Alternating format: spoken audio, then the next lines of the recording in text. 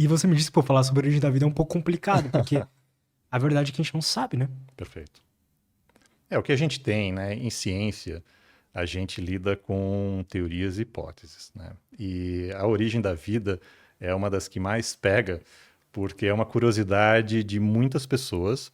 E claro, assim, não é que a gente não sabe nada, óbvio, a gente tem a gente tem já teve um progresso bastante grande nessa área. Resumo da história, né? Um sujeito chamado Oparin, um russo, e outro sujeito chamado Haldane, no início do século passado, levantaram uma hipótese que as condições primitivas do nosso planeta, o planeta Terra, seriam propícios para a formação de moléculas orgânicas, como dizer assim, os tijolinhos da vida, a partir de substâncias não orgânicas, amônia, metano, e com algum tipo de energia, com descarga elétrica e coisa desse tipo. Então, essa hipótese, né, de que a vida surgiu de algo não vivo, ela já existe há algum tempo. E o que é interessante é que um sujeito chamado Stanley Miller, um aluno de doutorado de 22 anos, junto com o orientador dele, chamado Urey, fizeram um experimento em 1952, publicado em 1953, em que eles fizeram em laboratório, fizeram lá um experimento em que botaram lá metano, amônia, não lembro exatamente tudo que foi feito, descargas elétricas e bingo, lá estavam os aminoácidos, que são os tijolinhos, são os constituintes das proteínas do nosso corpo. Quando você vai tomar o whey protein, né, o whey protein, aquilo lá são os aminoácidos. Justamente você toma isso porque é o que vai formar a musculatura do teu corpo. Do teu corpo. E o que eles mostram é que isso é possível ser formado de maneira inorgânica, ou seja, né, é a teoria da abiogênese. Então, só que assim, dali para a vida ainda tem um certo salto, né? E aí o que se descobriu depois é que uma molécula chamada RNA, que é parte do nosso material genético, a gente tem um DNA que fica no núcleo da nossa célula, e ele transcreve para o que é chamado de RNA. E é o Como E. assim transcreve? Ah, perfeito. Então, no núcleo da nossa célula está o DNA, que é o nosso material genético, certo? Esse DNA vai passar uma enzima, né, por esse DNA e vai fazer uma outra fita, uma outra cópia, chamada de RNA. Esse RNA sai do núcleo da célula, vai para uma outra parte da célula chamada de citoplasma, tá? E ali esse RNA ele vai ser transcrito, que a gente chama, né, por uma estrutura chamada de ribossomo, nas proteínas. Então, as proteínas que fazem o nosso corpo, que estão aqui na nossa pele, né, que estão no nosso pelo, que estão no colágeno que a gente tem no corpo inteiro. Enfim, todas as nossas proteínas elas são feitas dessa maneira. O que é o DNA, basicamente? Né? O que é o gene? O gene é uma sequência de DNA que vai codificar para uma determinada proteína. E do que a proteína é Como feita? assim codificar? Ah, perfeito. Ele é o código, né, através dessa tradução e dessa transcrição, que é É uma basicamente informação. é uma informação, exatamente. Tá? Em cada célula nossa, a gente vai ter o DNA completo. Só que a gente tem algumas células, vai estar, que a gente chama de transcrevendo, ou seja, vai estar produzindo um tipo de RNA numa determinada célula, em outra vai estar sendo transcrito ou produzido outro tipo de RNA. Mas o importante, Lutz, é o seguinte: o DNA é onde está a informação para a proteína que é o teu produto final. E essa proteína é o que forma boa parte do nosso corpo. De que as proteínas são feitas? De aminoácidos. Perfeito? Então, o que o Stanley Miller e o Urey mostraram é que esses aminoácidos, eles são feitos, obviamente, pelos organismos vivos, mas eles podem ser feitos também por não vida. Então, esse é um passo extremamente importante. E o que se viu depois é que o RNA tem uma atividade autocatalítica. Vou explicar. Né? Catalisar é você fazer uma reação, digamos, ir mais rápido. Né? E autocatalítica quer dizer que há uma evidência que o RNA pudesse ele mesmo se replicar. Porque a grande questão da vida é o seguinte, né? O que é vida? Né? Eu acho que a gente precisa definir isso primeiro. Né? Vida ela é constituída por células, né? Toda a vida que a gente conhece ela é constituída por estruturas chamadas de células. Pode ser tanto unicelular, ou seja, uma célula só, como uma bactéria, como um protozoário, por exemplo, ou pode ser multicelular, como nós. Então, é formada por células. Essa célula vai ter um metabolismo. Né? Então, essa é uma outra característica da vida, ou seja, vai entrar energia nessa célula, ela vai sofrer um metabolismo, vai sair energia. Né? Então, isso é outra questão importante. E a última, essa célula precisa se replicar, que é o que está acontecendo o tempo todo. As células da nossa pele, por exemplo, elas estão o tempo inteiro se replicando. Você, daqui a 2 meses, você vai continuar sendo o Lutz. Só que as células na tua pele não são mais as mesmas, certo? Essas células que você tem hoje ali na tua pele, daqui a 2, 3 meses, quando você estiver Esquece. gravando, tua pele vai estar lá, mas vai ser outra célula, perfeito?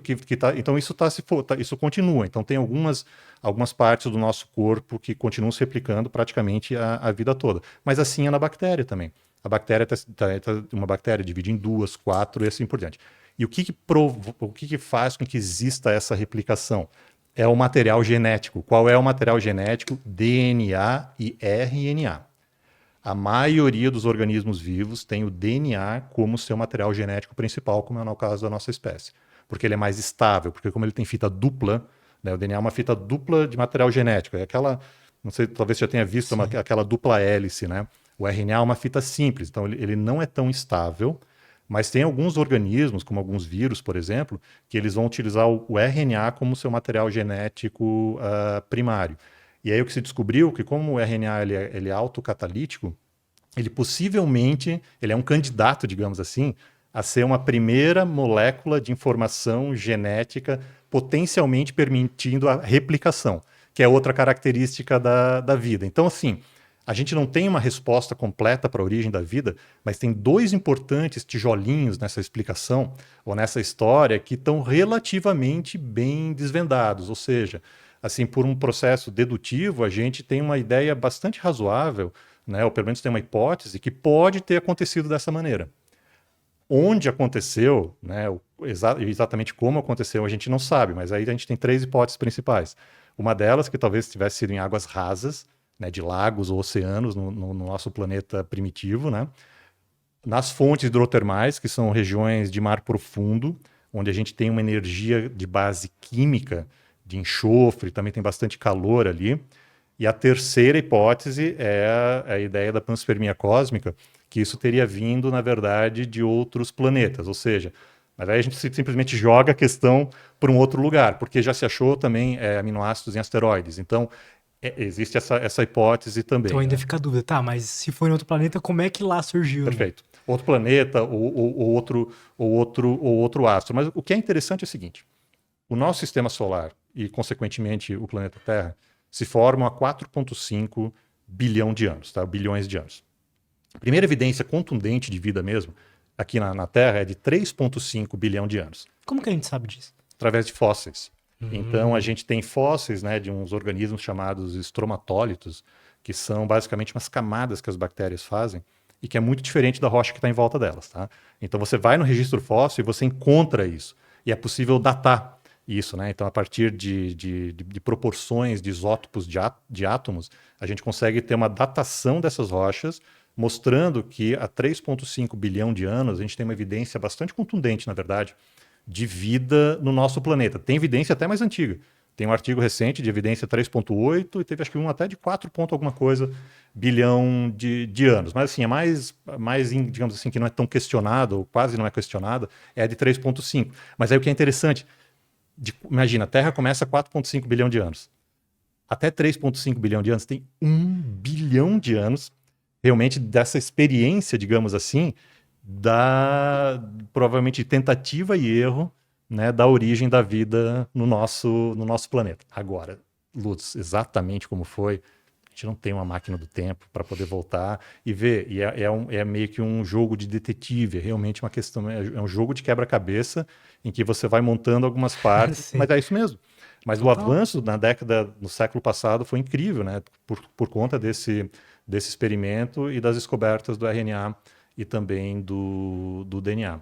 E uma última, se me permite, a gente tem hoje ferramentas para reconstruir a filogenia, que a gente chama, da vida. Então a gente pode pegar o DNA nosso, né, de Homo sapiens, de seres humanos, do cachorro, do gato, da água-viva, do coral, do paramécio, que é um protista, das bactérias. A gente compara esse DNA todo e a gente consegue criar uma árvore onde a gente consegue estimar qual era o ancestral comum desses organismos todos. A gente não consegue uma foto desse organismo, mas a gente consegue pelas taxas, pela taxa de mutação, ou seja, de substituição do DNA ao longo do tempo, né, porque o DNA vai fazendo uns errinhos quando ele vai, às vezes, replicando. Né?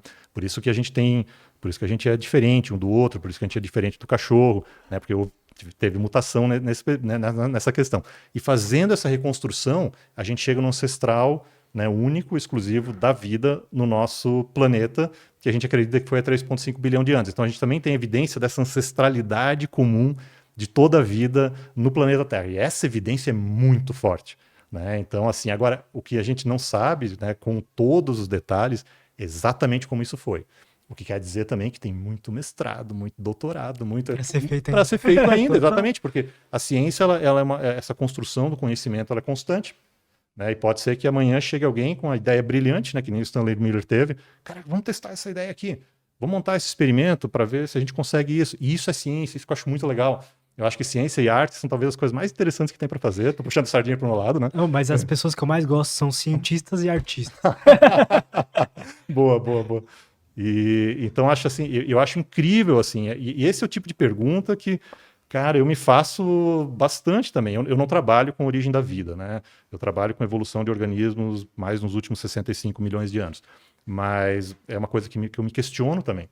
Porque a gente tem algumas questões como origem da vida e a própria origem, ou não sei se seria a palavra certa, mas expansão do universo, que aí eu deixo com os físicos e astrofísicos, inclusive você recebeu um aqui, né, Sim. que explicou muito bem, que, embora não seja, né, da minha área de pesquisa, cara, são aquelas perguntas que a gente tinha quando eu tinha, sei lá, 8 anos de idade, 10 anos de idade. Eu acho que eu sou assim, eu me sinto bastante privilegiado de, né, com 40 e tantos, eu... Continuar fazendo as perguntas, Exato, né? as mesmas perguntas que muita gente no andar da carruagem da vida, né, sei lá, na corrida de ratos, aí nessa coisa aí de pagar conta, você esquece, cara. Você esquece essas questões que são fundamentais que você tinha quando era criança. E acaba dizendo, pô, mas como é que é? Alguém já descobriu esse negócio? E aí tem um monte de coisa que ainda falta descobrir. E que é possível a gente descobrir. E só que depende de ir lá, estudar. Então, assim, tem bastante oportunidade, ainda tem muita coisa que a gente sabe. A ciência avançou muito, especialmente ali desde o século XVII até agora, né? Os últimos 400 anos. Mas tem muita coisa que a gente não sabe. A primeira coisa que o cientista tem que ser é humilde em... E isso vem dos próprios gregos Total. antigos. Só sei que nada sei. Então, né, quando você tem ali, né, o Sócrates, né, e depois Platão, Aristóteles, a primeira coisa assim, que você tem que realmente parar e ser humilde e dizer, eu realmente não sei muito ou sei muito pouco sobre esse assunto. Quando você faz essa leitura, aí você está preparado para, de mente aberta, né, tentar ir atrás de alguma resposta. Né? E o que a ciência faz é ir atrás dessas respostas através de uma certa metodologia, né, de um certo método, indutivo, dedutivo, aí tem várias maneiras, mas com base em evidências. Né? Então, isso é o que difere a ciência de outras empreitadas que também tentam responder esse tipo de pergunta.